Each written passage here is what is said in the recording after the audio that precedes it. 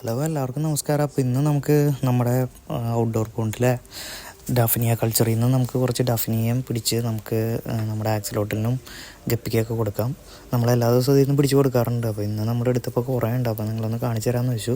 നമ്മളിപ്പോൾ ഈ പാത്രത്തിൽ പിടിച്ച് വെച്ചിട്ടുണ്ട്. നല്ല ഫ്രഷായിട്ടുള്ള നമുക്കൊരു ഇതുകളും നമ്മുടെ ഈസ്റ്റോ അങ്ങനെ ഒന്നും ഉപയോഗിക്കാതെ നോർമൽ നാച്ചുറൽ വെള്ളത്തിലുണ്ടായ ഡഫിനിയാണ്. അപ്പോൾ നമുക്ക് നേരിട്ട് അതിനകത്തേക്ക് പിടിച്ച് കൊടുക്കാം.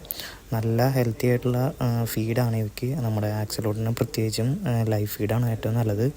പിന്നെ നമ്മുടെ ബീറ്റയ്ക്കും സിക്ലിഡ് ബേബീസിനും പിന്നെ നമ്മുടെ ഗപ്പീസിനും എല്ലാത്തിനും നമ്മൾ ഇത് തന്നെയാണ് കൊടുക്കുന്നത്. അപ്പോൾ ഒരു നേരം നമ്മളെങ്ങനെയായാലും ഈ ലൈഫ് ഫീഡിൽ നിന്ന് എങ്ങനെയായാലും പിടിച്ച് കൊടുക്കും.